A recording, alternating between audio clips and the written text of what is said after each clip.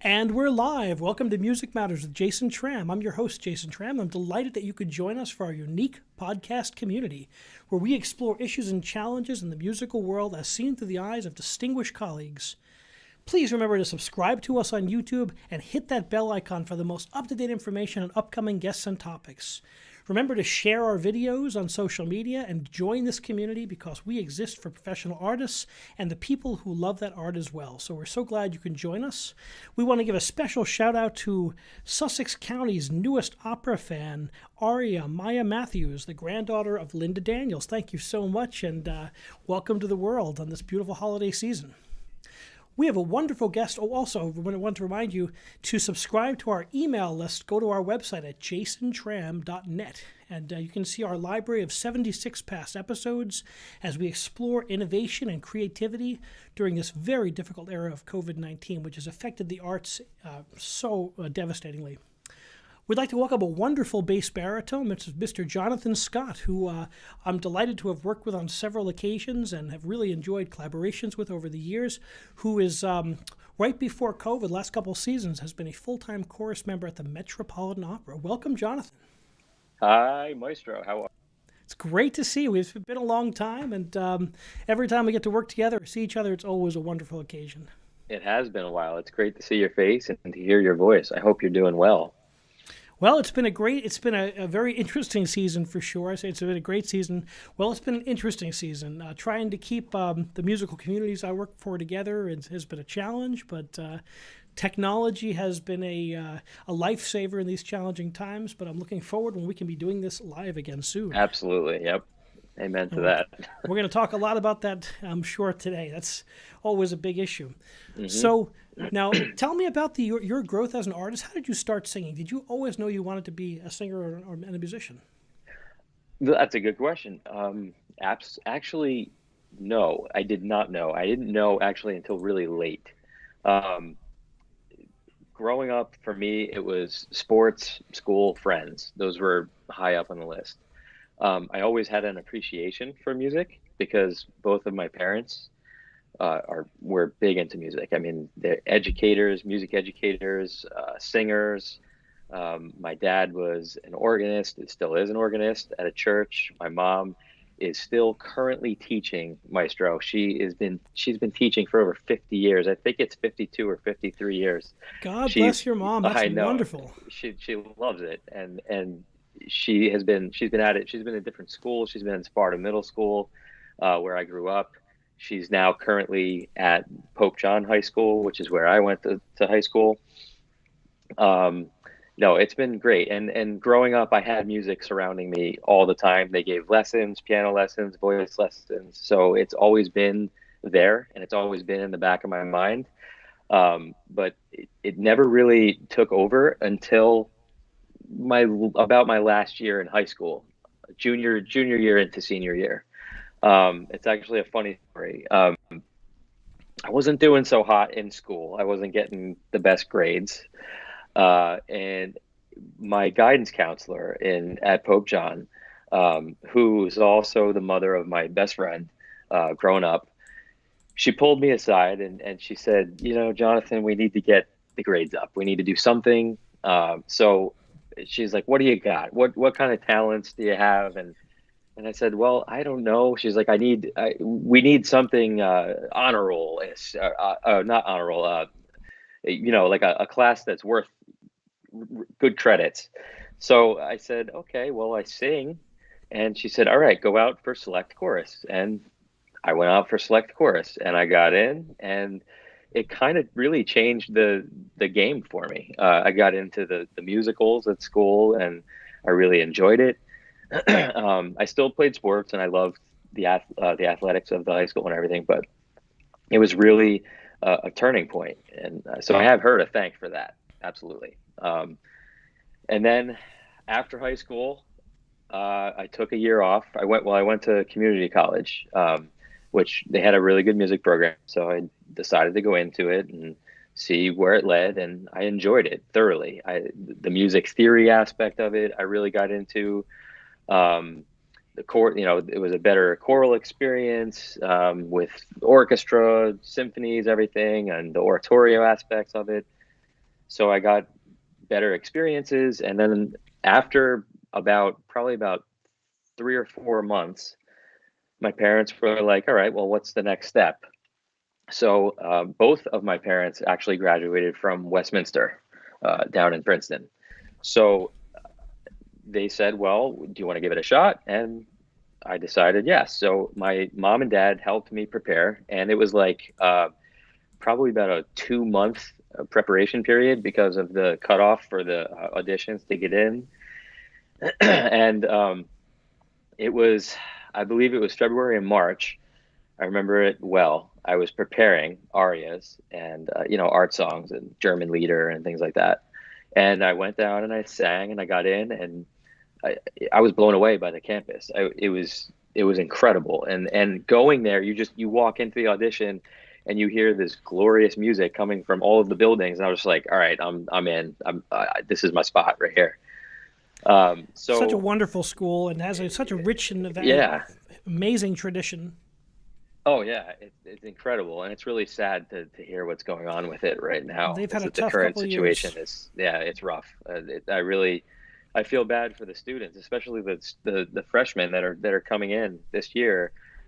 They're dealing with not only the pandemic, but they're also dealing with going to a completely different campus, and it's just like upended on them. And I feel for them. But yeah, so Westminster was amazing. I had an amazing teacher there, Elam Ely, incredible guy, great baritone voice, and he was perfect for me. He motivated me, which was tough because I'm gonna be honest with you. I was behind the game to begin with because everybody that went there was already learning. They were already studying classically for 4 or 5 years at that point, and I was not. Um, so I was already behind the eight ball in that regard. But he helped me. He got me on track with the technique and the mechanical aspect of singing, and he was fantastic. And he's always been supportive of my career. So big shout out to Mr. Ely. He's a great guy. Wonderful Um, person, friends, just a great yep, teacher, and he's been there for a long time as he's well. been there for a long time, and he's still there, I believe. Yeah. Wonderful. Yeah, I think he So is. yep. So and then after, just the whole experience at Westminster was life changing. I mean, there's no school anywhere in the world that gives you the types of experiences that you get with them.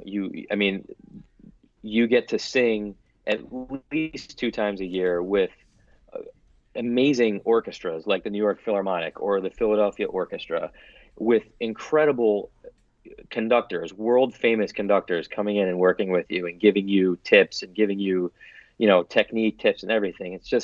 It was amazing. And the Westminster Choir, I made the Westminster Choir going into my junior year there. And if I didn't say anything about the late great Maestro Flummerfelt, I'd be remiss. He was just an astoundingly incredible musician and even better person. And the life lesson, not just music, but the life lessons he I will take with me forever. And just those experiences, my last 2 years with him, not only in symphonic choir, which is the junior and senior choir, but also Westminster Choir with the tours and everything, just life changing. And then after I graduated from Westminster, it kind of I kind of went on pause for a little while. I got into a teaching job, which was fantastic. I was there for 9 years, teaching elementary school kids, I didn't know and you I taught for loved it. 9 years. That's amazing. Oh yeah, yep, in North Plainfield, New Jersey. Yep, Okay, which I is taught for which is 6. I where I taught end public up. school for 6 years myself. Okay, which is where at North Plainfield, which is where I ended up meeting my wife. She Ah, currently teaches there. She still teaches. Yeah. So so yes, I did that for 9 years, and then probably about 2010 is when I kind of had a change of heart. I graduated in 2004 from Westminster. So I did about 5 or 6 years of teaching voice, and then I decided in 2010 that I need something else. So lo and behold, One of the gentlemen who sang in the Met full-time chorus, who has since retired, his name is Joe Parisot. He's from the the Montague area, which is way up north, Sussex County, New Jersey. His son went to Pope John, and he had my mother as his choir director. And I don't know how the conversation started, but they got to talking about it, and my mom heard about the Met Chorus and how they hold auditions. And so I just decided, I said, I'm going to go for it. So I went for it. And my first year, Maestro Palumbo, who is the chorus master at the Met, Donald Palumbo, he graciously gave me 2 shows in the extra chorus. And the extra chorus is an auxiliary, like a part-time chorus that they hire out to other singers for bigger shows, bigger productions that need extra voices. So I did, my first year, I did Covancina and I did Götterdämmerung, which is the 4th of the Ring Cycle by Wagner. And I got to tell you, as I got there, and my first big moment there was after all the rehearsal process was over. We finally got to the stage for stage rehearsals, and during Götterdämmerung, even during the piano rehearsal, they ran the backstage banda, the backstage brass, just to work it out, just to get any kinks out. My first experience walking on that stage was with a piano rehearsal in the pit, but the backstage banda, which calls out for Hagen's war cry to bring everybody out. And I got to tell you, it was the most incredible experience. It was just like, oh my God, I'm at the Met, and these guys, the trombones and the trumpets and the horns, and they're just blaring right across your face as you're ready to walk on with a spear, going on stage, and Hagen's calling you out to go to war, to later find out that you're going actually to a wedding, but It's Wagner, yeah. So that was like, yeah, that's Wagner, right? But that was just like the most incredible experience. It was like, wow, I have totally arrived at the Met, and it was just, I was an extra chorister, and it was like nothing, for the guys that have already been there in the full-time chorus, but to me it was like, holy cow, this is what it's like every day. That's a day at the office, huh? Wow. Yeah, that's a day at the office at the Met.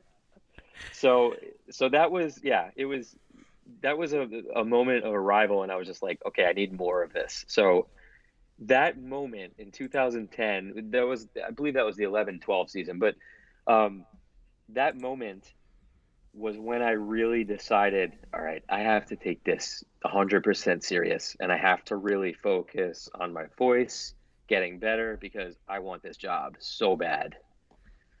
And eventually I did 7 years in the extra chorus, and it was worth it. There were times, my wife and I got married in 2012, so this was like a year after I first got there in the extra chorus, and her and I spoke about it many times. Like, you keep plugging away, you're gonna get in there, but it was rough. It was rough. It was every season. It was, you auditioned for the next season. You either got an email saying, you got this show, or you got this show, or you didn't get any shows. And one year I didn't get anything, but then every other year I got at least 1 or 2 shows. So it was encouraging, and it was something to look forward to, and it was motivating. But yeah, so that's really how I got to the Met. Everything else that's happened in between is obviously a big deal too. The support from my family, the support from my mom and dad, my brother and sister. Obviously, my wife has been a huge aspect of this too, because she's kind of the one who punched me in the arm, saying, "Go do it. What do you have to lose? Go do it." It's tough leaving that steady teaching job, though. I mean, I did the same thing before I did my doctorate. I was tenured at a wonderful high school, and I said, "Do I really want to do this? It's now or never." Yeah, good benefits, good hours. You're making a difference in kids' lives. There's a lot of positives to a teaching job, absolutely. But for me, and I figured it out quickly. I really wanted to be on the stage, and that's kind of just where it led me. So And you're such a wonderful performer. Having worked with you, I've watched you in comedic roles and serious roles, and you're really giving performer, a wonderful colleague, and it's so exciting to see people do great things. It really is. thank you, Maestro. I appreciate that, and I thoroughly enjoyed the last 5 6 years that we've collaborated. Have been incredible. I've loved every moment of it. So it's been great. One of the fun moments I was working together in Italy when we did Gianni Schicchi, and you were Oh the yeah, title character. And that what a great role Gianni Schicchi is, and a great show. That was the first time I absolutely. conducted that opera, and I just love it. Oh, it was amazing. And that whole experience of just being over there and performing in that that historic theater Jewel in that Box Theater in Italy. historic town. It's just it was incredible. That whole uh, I also, since you mentioned that, I have to give a shout out to Andrea Del Giudice, who No really, stranger to the show. She's been yes, on twice already absolutely. on the show. And she, no, but she really helped me out big time, because when I went to her, was probably a year, or I think it was a year before that. It was I think it was 2016, because that was in 2017. Uh, I went to her with the idea that besides Mr. Elam Ely from Westminster, I never really had a serious vocal coach or teacher. And she was in New York, and a lot of people say, well, you got to watch out for New York teachers. You got to. I was When I went there to her, I was like immediately enamored with how she got her point across to me on what she wanted me, what she thought that I should sound like, and what she thought I could do. And she got me to buy into that. And she was just, it was so easy to go to her studio and to work with her for an hour, hour and a half, whatever it was. And she set up, she paved the road for me to really have these experiences, like with you, with New York Opera Collaborative, with Mid Atlantic, with the Narnia Festival. Um, she was a huge. I would say she was one of the turning points in my career later on, like in my early 30s, or my mid 30s, I should say. It's so Because interesting I when we talk about artists and we talk about their unique career paths. And hmm what you find out is everyone's got their unique career path. I mean, Brian hmm Jay was talking about waiting tables, and yep, building up his career, growing into it, yep, and how everyone is completely different. We all have different trajectories. We all have different goals, and how oh interesting yeah, it is, and how hard a singing career is. absolutely. How you need a support system to even do anything in this field. Actually, it's funny you say that, because when probably around 2013, 2014, started to get some more shows, and it was increasingly more difficult for me to get time off from school because I was still teaching. So I was between a rock and a hard place, and I had to make a decision. And the decision was, what am I going to do? Am I going to be a teacher? Am I going to be an opera singer? I weighed the pros and cons to both, and I decided that this is a once in a lifetime opportunity. I have to do this. So I dove headfirst into the whole Met thing. And what was difficult was I was just getting extra chorus shows, so it wasn't really enough to financially support the family. So I made a decision to start a business. And the business was a landscaping business, because I'd always been a landscaper all the way up to, I did it every summer from the time I believe I was 15 was the first year.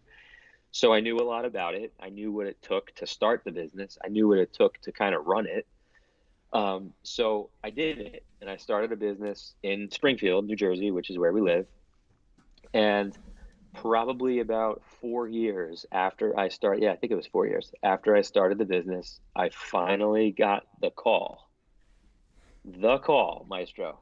And I believe, I'm pretty sure that you and I had a conversation about this too. Um, that call in July of 2000, I believe it was 2018, was the best call. It was Maestro Palumbo Wow. from the Met Chorus. saying, we have a position for you. If you want it, it's yours. And I paused. I got choked up. I was actually out working. I was out landscaping, and I was at a client's house. I love it. And I I just got finished doing something, and I went to the truck to put something down, and my phone rang. And that was the life-changing moment right there. And Glad but that one didn't go to voicemail. I also had to, I know, right? I had to make another decision after that, because after I knew what that job was about. That job is the most demanding singing job on God's green earth. What the Met Chorus does, what we do every day when we're there, it's crazy. If So I that's ran good. a Our audience may not know that at all. So tell us what goes into being a yeah, professional full-time chorister at the Met. it is, first of all, the Met Chorus and the whole Met family is like it's like another family aside from the one that you have at home, because you are there all day, sometimes all night. We could have a dress rehearsal that we have to be called to dress by 10 o'clock, and we're on stage at 10:30. We might not get off stage until 1 o'clock in the afternoon. We have a lunch break scattered in there somewhere. And then we might have a music rehearsal in List Hall with Maestro Palumbo for 2 hours, an hour and a half. And then we have maybe an hour and a half to 2 hours of a dinner break. And then we have a show. We have a call from a show. Probably if the show starts at 7:30, we have a call at 7. If it starts at 8, we have a call at 7. If we're utilized at the top of the show. So we could be theoretically going from 10 o'clock in the morning, add the commute, 9 o'clock, 8:30 in the morning, until sometimes the shows go until 11:30. Sometimes they go past midnight, and you don't get home sometimes until 12:30. And you wake up the next day and you do the same thing over and over again. So am I complaining about it? Absolutely not. It is very difficult. And it is once you get into the middle of the season, the heart of the season, you sometimes it's almost like I don't even see my family. I'll wake up, I'll have breakfast with the kids. They'll go off to school. I'll go off to rehearsal. They go through their whole day. They come home, they eat dinner, they do their homework, they go to bed. I'm still working for probably 4 more hours. So it's crazy. It is, but it is a good crazy. It is the greatest kind of crazy you could have. And the one thing you left out is when do you learn that stack of operas you've got to perform? Oh, being a new chorister at the Met, you must get just like a stack of scores you have to memorize. You're absolutely correct, 100% correct. There's a man in the full-time chorus. His name is Craig Montgomery. He also doubles as what we call the librarian. Oh. So the Met has their own scores for the chorus. They've taken everything, all the music for the chorus out of the main score of the opera, and they've compiled it into their own, their library database. So 18-19 was my first season. I had a stack that was probably about this high, this thick, and it was 20 scores. Now, some of the scores are really thin, and some of them are pretty thick. Mozart, or some of them have right. Some of them have minimal text. Some of them have a ridiculous amount of text. Or my Russian. First year, right? Exactly. My first year. Let me think here. I'm trying to think of. I wrote it down just so I can let you know. My first year. Okay. Yes.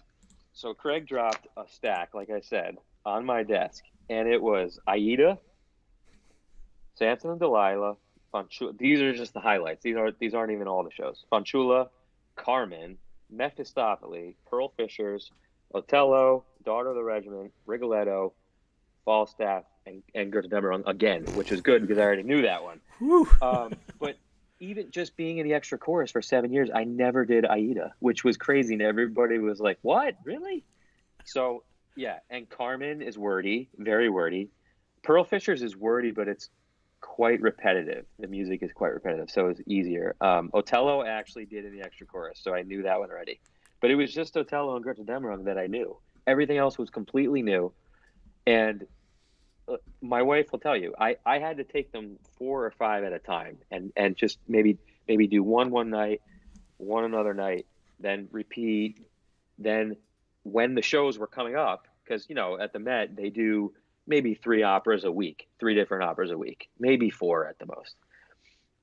So we would run for maybe 2 months, and then the next set would start to cycle in. So it came in waves. So I would have to really know what was coming up a good month ahead of time, especially for stage rehearsals. Now they're lenient. They know that when you're new, it's not going to be perfect your first year. I try, because I'm a perfectionist, so I tried as hard as I could to get everything. But it is very, very difficult when a stack that big gets plopped on your desk and they say, good luck. Do you get them over the summer? Do you prepare for the rehearsal starting? You can. The thing was, the phone call from Maestro Palumbo for the full-time job offer was July, I believe it was July 12th of that year. And we started preseason at the end of July. So oh boy. I only had like maybe 2 weeks, not even, to prepare. So I just kind of, I'm a pretty good sight reader because I play the piano a little bit. So I just said I'm going to rely on my musicality, my musicianship, which I have Westminster to thank and my parents.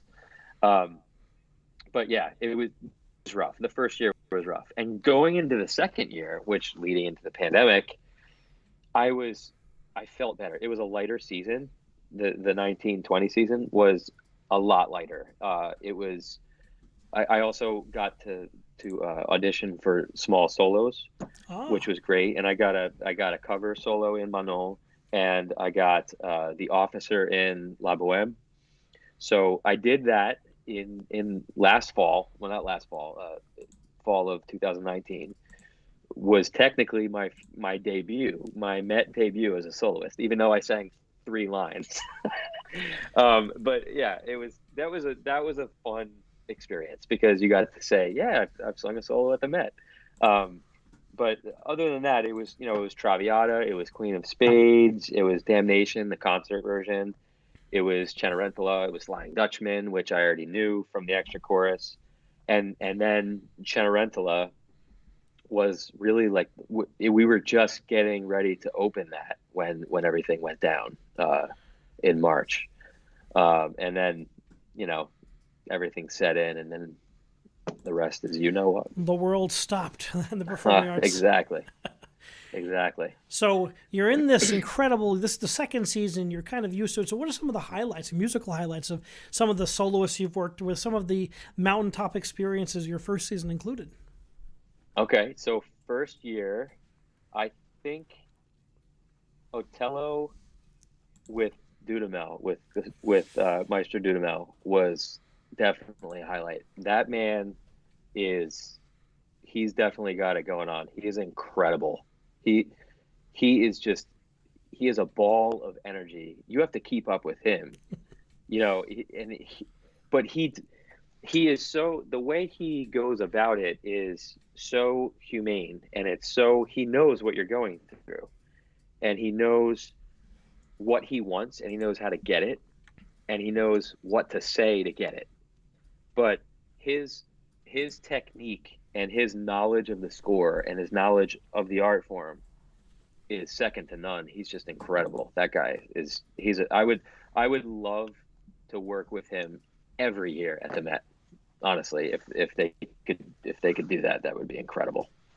I hope so too. That's exciting. Yeah, everyone's. Yeah. I've gotten to see him twice, and I'm always like, wow, a great energy. When just his energy translates to the orchestra or the opera, and it's super thrilling.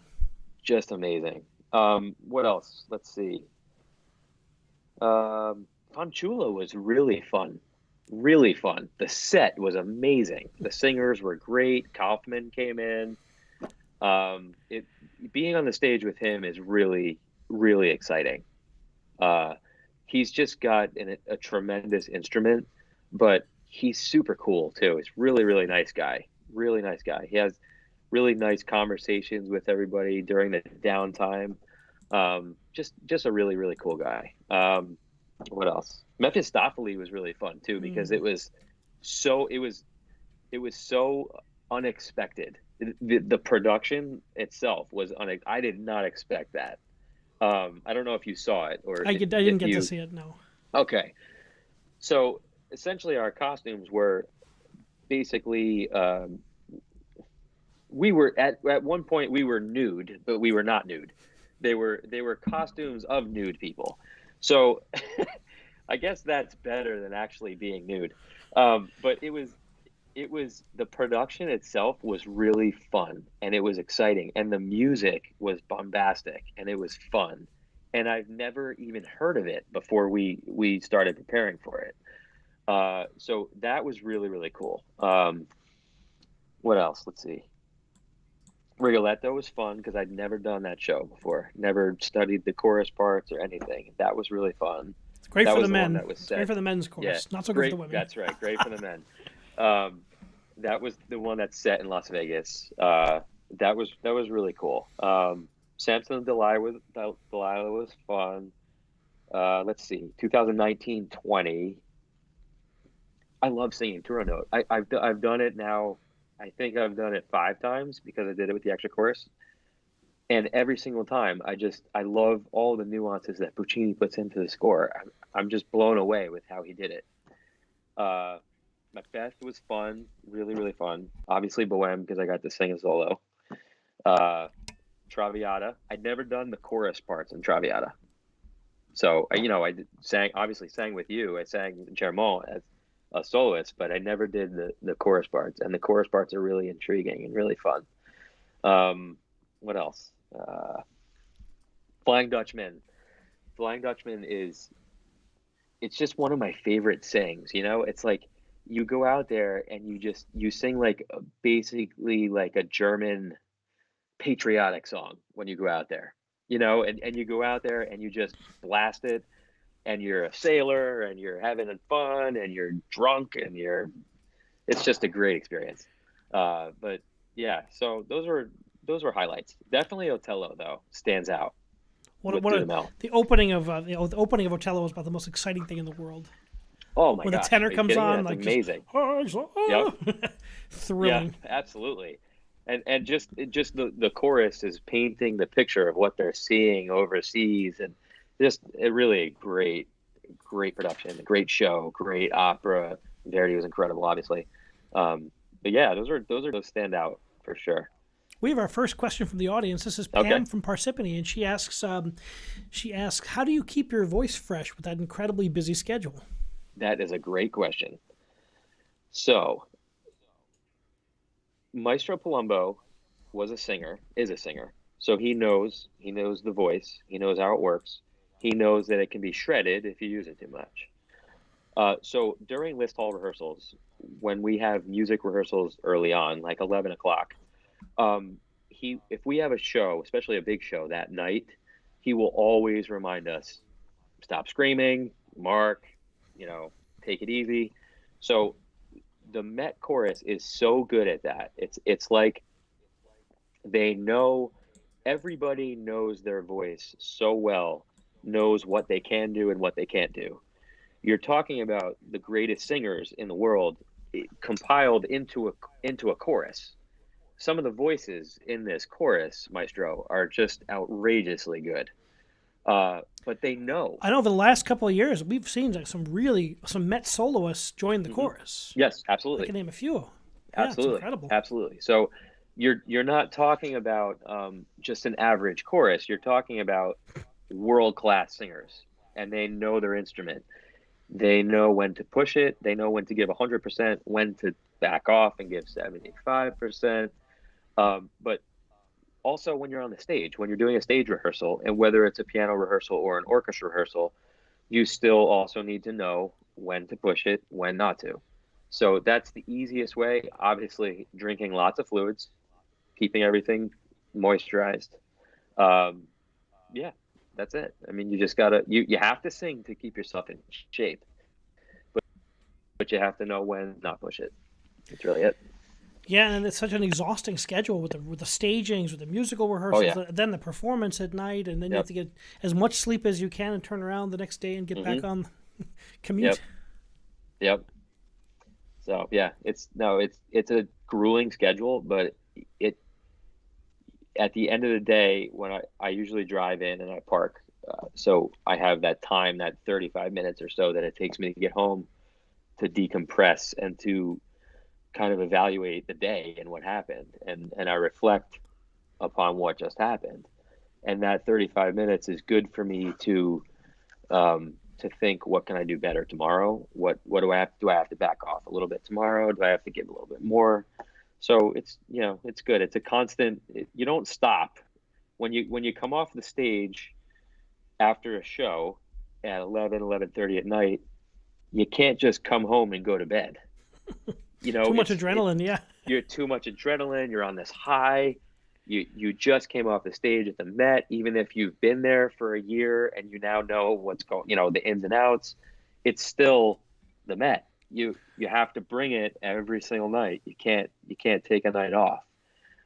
So that drive home is it's a moment for me to think, okay, so this was cool tonight, and this I got to do better in this regard tomorrow, or it's just a constant back and forth. That's all it is. Someone, another question. This is from this is Steve from Lake Mohawk, actually, right around the corner from where you grew up. Oh, cool! Right where I grew up. Right in the home area.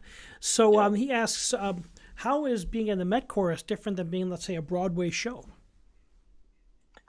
Okay.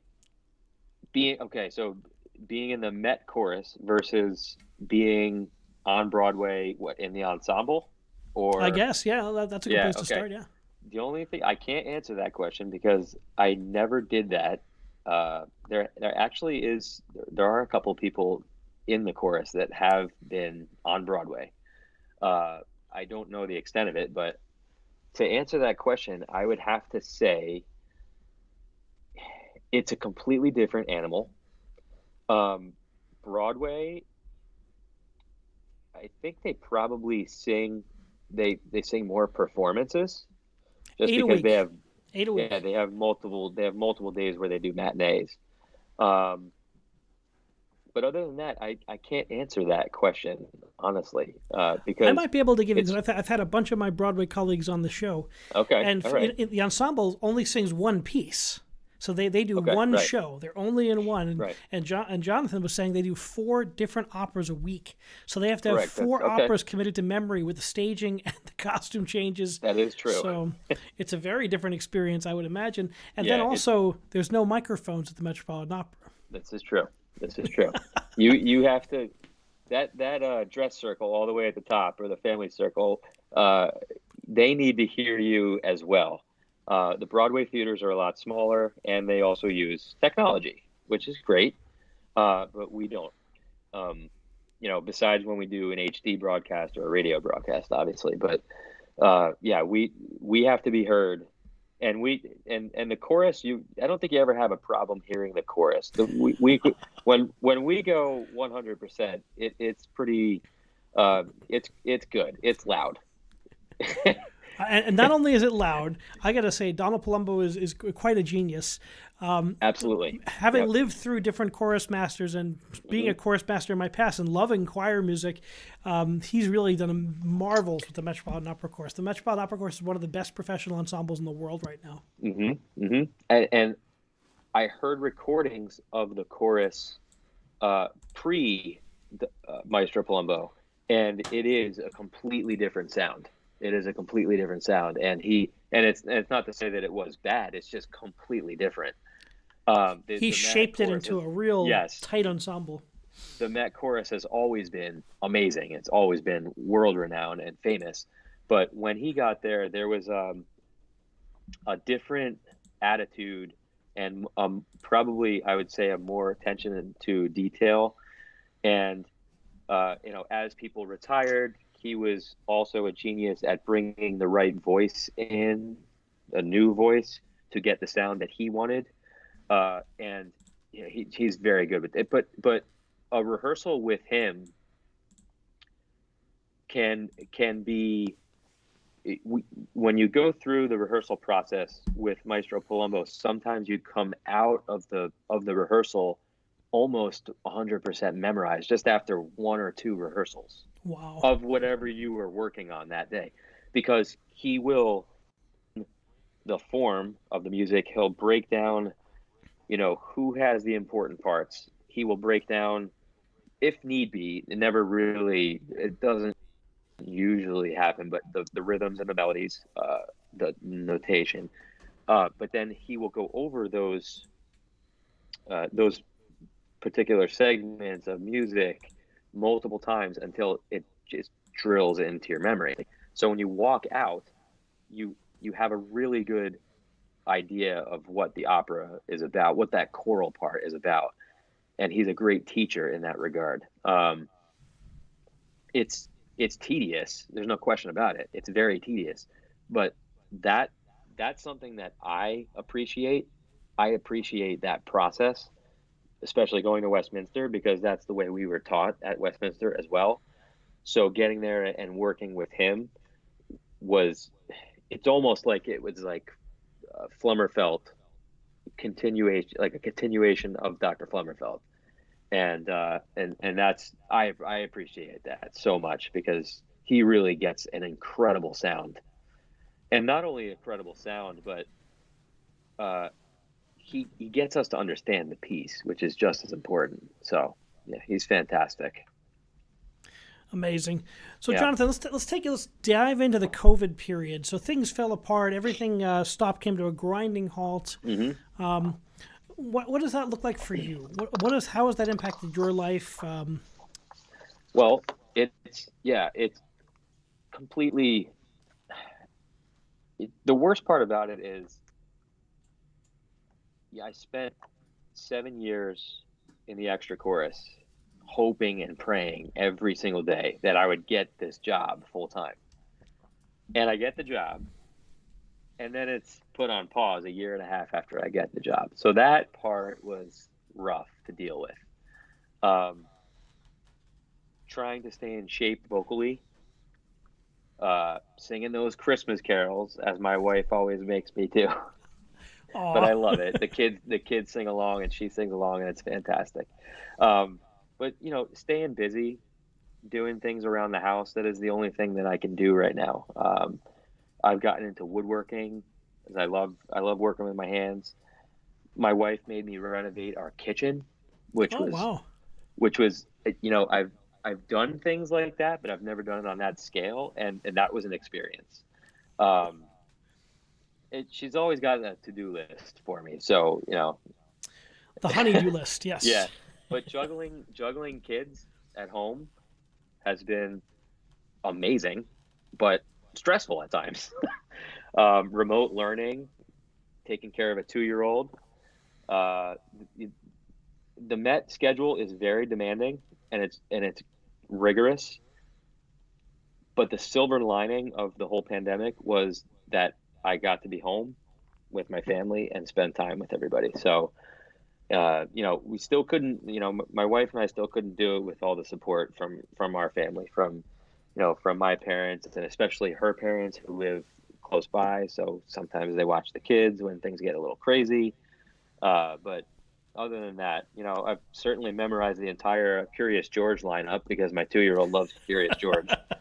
Um, It's amazing how that works. yeah, right. But financially speaking, it's been tough. You know, hasn't been a paycheck since whatever it was, the end of March or early April of last year. My wife is still teaching, thank God, so that helps, support the family. Um, but other than that, it's been tough. But we have so many things that keep us busy in this house that it's actually gone faster when I look back at when it actually went down on March 13th or March 12th, whatever day it was. It seems like it was yesterday. It just seems like it went It so does. fast, It you know? does. Um, but the Met Chorus and the Met Opera has been doing fundraisers to help, which is good. The Met Chorus artists have done they've done NYC Next pop-ups. We just did one, I believe it was last week, um, where they take a handful of people, and we popped up and we sang. I wasn't there personally, but there was a handful of people from the chorus that were there, and they sang carols, and it brightened everybody's day. And it was fantastic. It even made it on the news, the NBC News. So It should. we're still, we're still getting exposure, which is good, which is what we need. And the Met has raised a lot of funds during the pandemic, which is a positive. But we're gonna get through this. You know, I we're know gonna get through it. from so many of the artists I've had on the show who are associated with the Metropolitan Opera, and from being in this, growing up in this area, in the New York tri-state area, the Met is like the bellwether for all opera companies in the country, Absolutely. certainly in the Yep. United States. And we're all kind of so careful. Everyone's watching to see how they're able to unfold, because this is such a, you think the worst catastrophic events, disease related, maybe the Spanish flu of 1819, that didn't close a single performance. They didn't even shut down, right? Right. I mean, you think Right. about that. I'm like, how was that even possible? That 50 million know. people died, I and know. and it's Well, kind of they're really taking it seriously. I mean, they know what's at stake, and they know what lies ahead as well. So, there are times where we scratch our head, and we think, what's going to happen. But we know that there is going to be a Met when we return. And we know, because there has to be. Like you said, everybody looks to the Met. There has to be a Met, and there will be. And we will come out on top after all this is over. Well, and the reality is any artistic organization has to change over time. Absolutely. It'll be interesting to Yep. see what innovations, like a monolithic structure like the Met, has to go through as it becomes relevant to this next I do hope period of time. I do hope that the creativity and like you said, the innovation definitely comes to the forefront. I think that is a necessity moving forward. Absolutely. And I think everybody feels that way. We can't just go back to the way it was. It has to be different. And we know that. But we're going to get through it. Like I said, the vaccine is here. It's being dispersed. Amen to that, to the scientists Yep. and the doctors. So we're going to get through it. But we all have to support each other. We know, like the stagehands, the orchestra, the chorus, the costume department, the stage director, everybody, we're all a tight-knit family, and we know what it takes. And we are going to prevail, and we're going to get past this. And when this is all over, we're going to be making beautiful music again. It's going to be sooner than you think. And I think that the audience is going to want it even I more, think so, because too. when it's not, I mean, the online things are wonderful. They're Yep. a great placeholder to keep things alive in the meantime, but there's nothing like being in that theater and hearing those great voices, all those decibels come at you, and watch the stories come alive. It's not the same thing. When you can go to, even when you go to the movie theater, which is amazing, because it's making it accessible to so many people that may not be able to get here physically. But when you go see an opera in the movie theater, which I have, and then you go see it in person, even if you're standing at the way top or sitting at the way top, it's not the same. The acoustics in that building are incredible. If you could, it's just, I wish it upon everybody that they could just get there once at least. It's an incredible experience. So. Well, Jonathon, I want to thank you so much for taking the time out of your busy schedule, and I can't wait to see you back on the stage and to watch you do what you were born to do. Do you have any? Are you doing any virtual concerts or anything pre-recorded? Are you doing any solo work these days?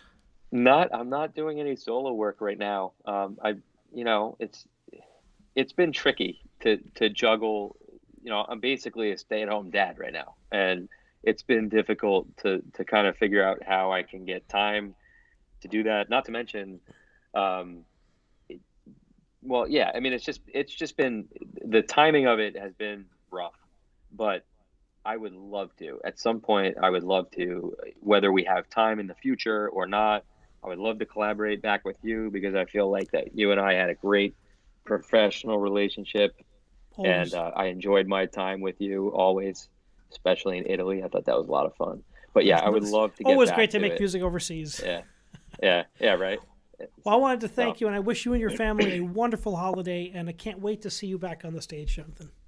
thank you so much, and happy holidays to you and all your listeners. Thank you.